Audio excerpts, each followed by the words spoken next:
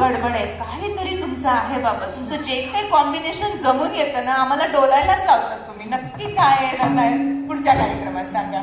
विठू माऊली आणि मयूर सर हे कॉम्बिनेशन. आणि आपलं केअर फाउंडेशन. आणि बाहेर सजावट ज्यांनी केली आहे ते आपले श्री क्रिएशन्स. कारण ही सगळी सांगीतिक वारी, ही सगळी मोठ जमवून आणणं, इतक्याच एकरूपाने काम करणं, वेगवेगळे सगळे क्लासेस एकत्र येतात. या तुम्हीच आहात आणि तुम्हीच बोलणार.